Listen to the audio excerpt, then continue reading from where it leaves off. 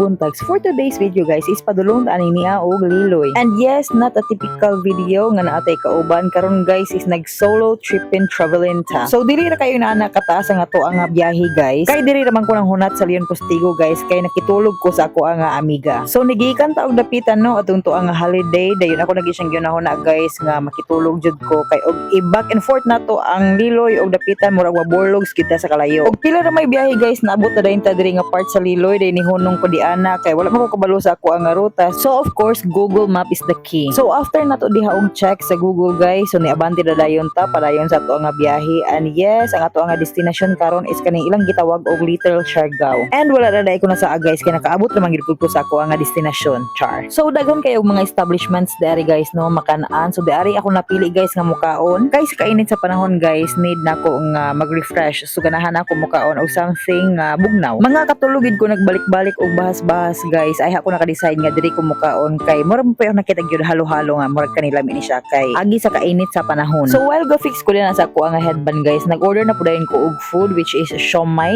na chicken ang flavor dayon halo-halo guys. And after na to mag-order guys nalingkod na dayon ta and nagbasid-masid sa palibot daghan og tawa ni nga time guys nga nibisita po di ari sa area ug mao ni ang pagkaon nga ako ang gi-order guys. So while nagkaon no mao ni ang ako ang view nga bisan nag-inusar ako di ani guys I enjoyed that trip. It's more peaceful for me ay char nag in English. So kaning ni ani nga part guys is pagawas na ko di adto sa Little Siargao and daghan kayo og mga namaligya og pagkaon guys. So daghan kayo kadiri og food options and napuning ni ang ilaang mura og cart guys nga pwede siguro na siya maabangan dili lang pud kayo ko sure og tagpila kay wala naman pud ta nakapangutana guys. Og di ani dapita guys na sila ATV nga paabangan og ganahan ka ani nga activity. So naapon na siya diha available po nang naano. So wala na ko dito nagdugay guys kay part sa akong agenda is na ko'y amiga diri nga ako ang gusto nga kitaon guys in which is nakabisita ko niya guys pero wala na pud ko nagdugay kay naghinahinay na pud ko guys og aginon og pauli and naagi ra ko ani ang ila ang signage enjoy Liloy. Salamat kayo Liloy ha. Og diri na ang laay guys kay nahunong ko diha kay kita na ko nga kusog gid kayo ang ulan didto sa unahan. Maayo gani guys kay nadala ra nako akong raincoat so nagsuot ko diha sa akong raincoat guys and abante na dayon ko and kusog jud kayo ang ulan didto sa sentro sa Leon B. Postigo guys. Og taas-taas na ato ang biyahe guys pag-abot nato diri sa Manukan ni hunong ta kay ato ang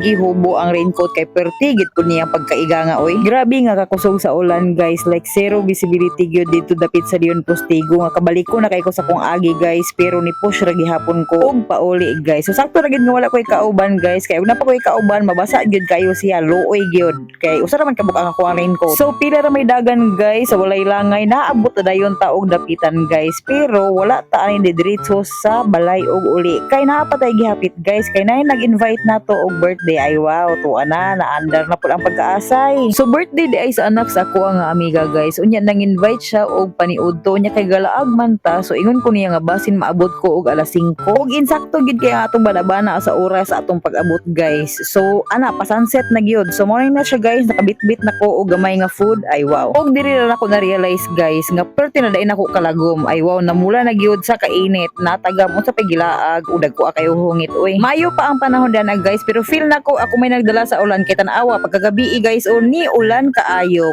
pero ingon sila blessing ko na naa guys. So mo to siya guys ang nahitabo sa tuong adlaw. Salamat sa inyong paglantaw, salamat sa pagpaminaw hangtod sa sundi gayon mag-ampi ang tanan. Bye for now.